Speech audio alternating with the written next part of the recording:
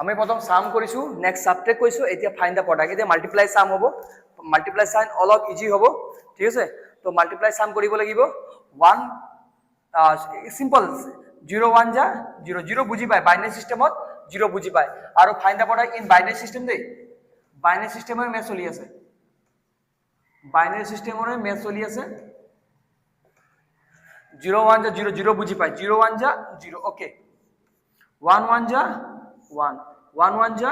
1 এই 1 আৰু 0 বুজি পায় সিম্পল মেথছ হয় 0 0 হয় জানা ইয়াত প্লাস কৰিব লাগে আৰু 1 0 1 এ হয় 1 হৈ গ'ল এইটো সিম্পল মেথছ 1 0 যা 0 1 1 যা 1 1 0 যা 0 1 1 যা 1 এই মাল্টিপ্লাই ইমান হাৰ্ড নহয় 1 0 যা 0 1 1 যা 1 1 0 যা 0 1 1 যা 1 ওকে 0 1 0 1 1 1 1 এক সিম্পল মেথছ হয় ফাইন্ড দা প্ৰডাক্ট প্ৰডাক্টৰ মেথছ ক'লে এনেকুৱা আহিব ঠিক আছে